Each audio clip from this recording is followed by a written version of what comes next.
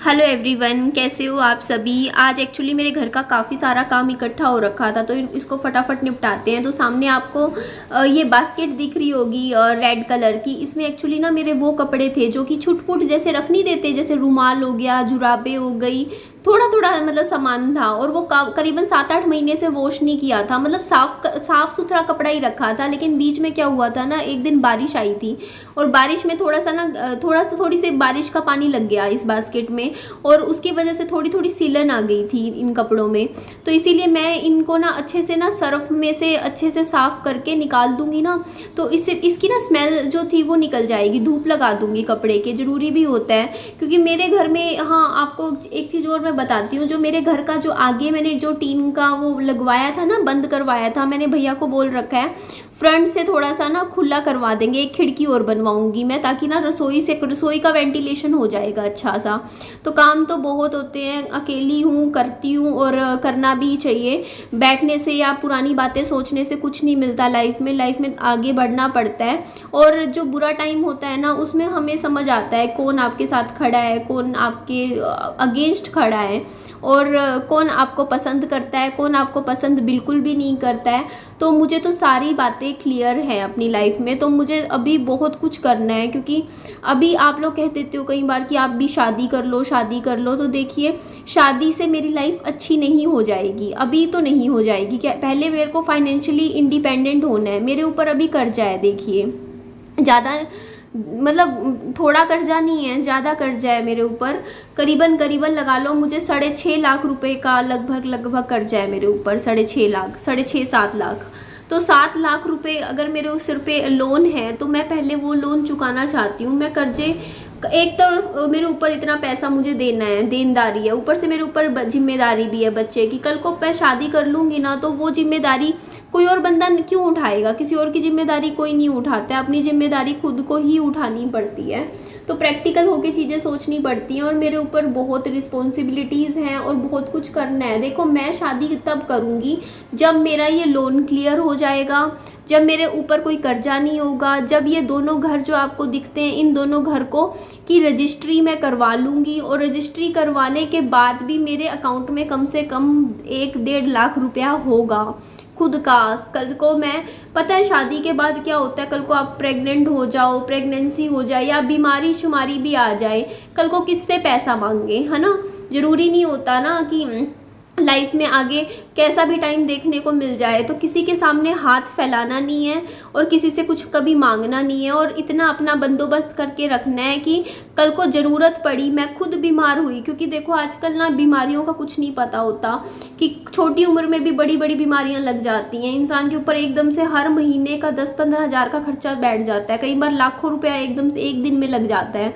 तो इतना पैसा भी लगता है। तो मैं ये चाहती हूँ कि ना कल को मैं बीमार हूँ तो मेरे पास खुद के इलाज के लिए भी पैसे हो।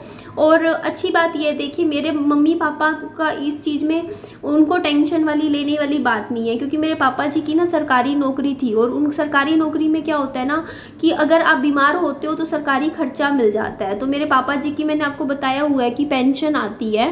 तो पेंशन के अलावा जैसे अगर वो बीमार शिमार कभी हो भी जाते हैं ना, तो उनका ना जो भी खर्चा प्राइवेट हॉस्पिटल में वो कहीं भी दिखा ले, उनको मिल जाता है बाद में। मतलब वो लेते नहीं है, अलग बात है, क्योंकि बस वो आलस कर जाते हैं, लेकिन उनको मिल सकता है। मेरी मम्मी का खर्चा भी, क्योंकि मेरी मम्मी मेरे पापा जी पे डिपेंड है और मेरे पापा जी की सरकारी नौकरी थी, तो जो मेडिकल की सुविधा है ना, वो मेरे मम्मी पापा को मिल जाती है।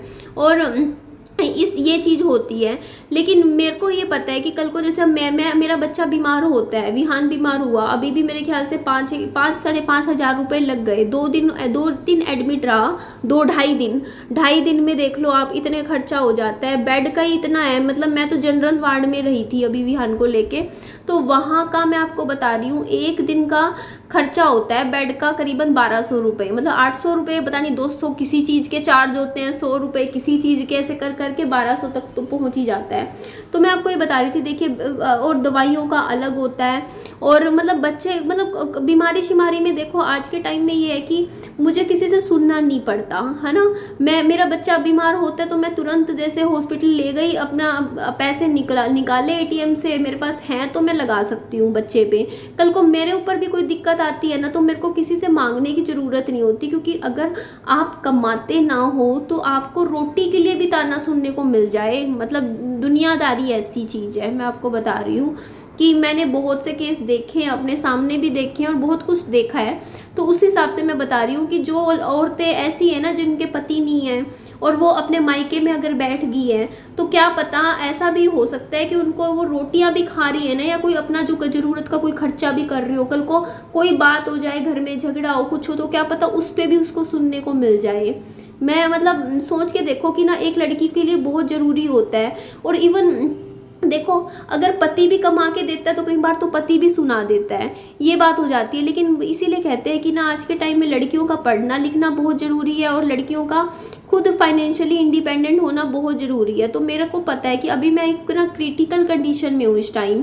मतलब ये देखिए, पहले तो मैं बाथरूम की थोड़ी बहुत सफाई कर रही थी, फिर रसोई में थोड़े से मैं बर्तन धोऊंगी। तो मैं ये बता रही थी कि देखिए अभी देखिए, एक मैं हूँ, मेरे ऊपर करीबन 7 लाख रुपए का लोन है। 1-2 रुपए का लोन नहीं है मेरे सर पे, 7 लाख रुपए मुझे चुकाने हैं। आप समझिए इस चीज़ को, 7 लाख रुपीज़ छोटी अमाउंट नहीं होती है। तो 7 लाख रुपए चुकाने भी हैं, ऊपर से अपना घर का खर्चा भी देखना होता है। बहुत खर्चे हो जाते हैं यार।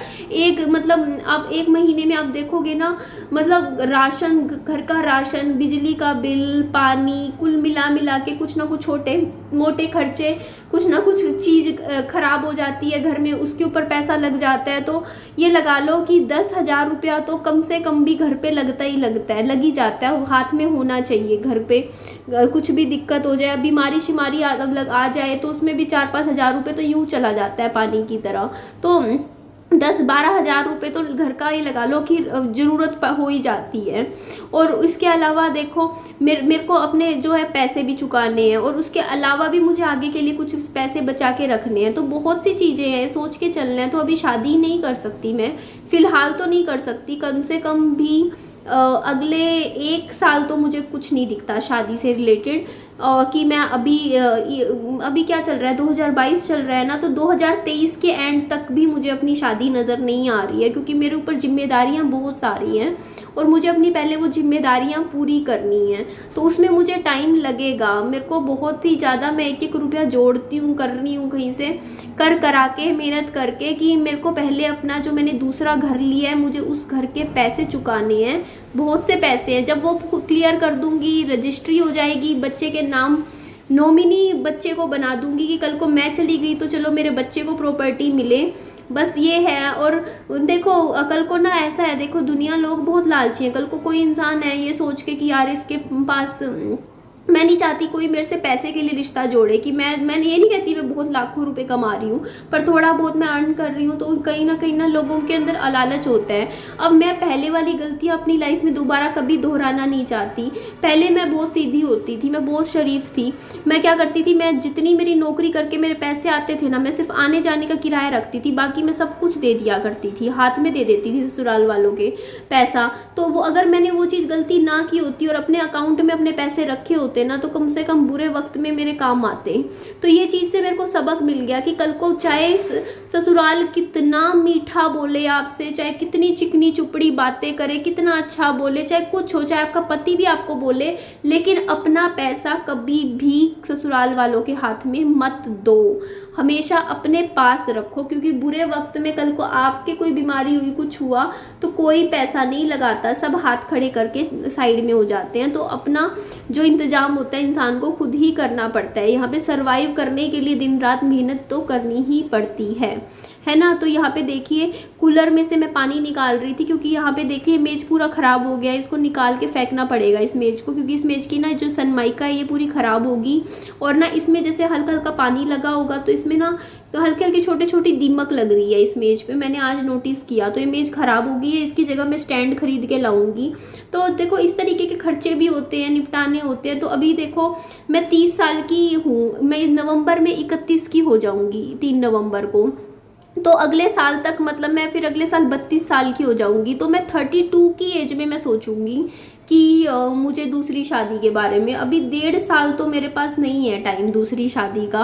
अभी 1.5 साल में मुझे बहुत कुछ करना है, मतलब अपने कैरियर पे ध्यान देना चाहती हूँ मैं, अपनी एजुकेशन पे ध्यान देना है मुझे, मतलब वो चीज़ें करनी है जो पहले ज़रूरी है। मैं अपना लाइफ का ना ये पार्ट मुझे स्टेबल बनाना है, अपना घर बनाना है, तैयार करना है, क्योंकि कल को किसी और की ठोकरों में नहीं गिरना मुझे, कि कल को कोई और मेरे को 4 बातें सुनाए। क्योंकि मैं इतनी ज़्यादा, मेरे में पेशेंस नाम की, मेरे में भी नहीं है इतना पेशेंस कि मैं किसी की कुछ भी बात जो पास्ट से रिलेटेड सुन पाऊँ। तो अपनी लाइफ को ना खुद ही बेहतर बनाना पड़ता है। तो मैं किसी और के ऊपर डिपेंड नहीं रहती या डिपेंड नहीं रह सकती कि हाँ वो इंसान मेरी लाइफ में आएगा और वो मेरी लाइफ को अच्छा बनाएगा, नहीं। बल्कि मैं तो ये सोचती हूँ कि निधि, अगर तू सिंगल है, ये यहाँ से कूलर हटाने का कुछ तो फ़ायदा हुआ, पूरा अच्छे से ना हवा पानी, अब ये खिड़की खुल जाती है, पहले खुलती नहीं थी ये।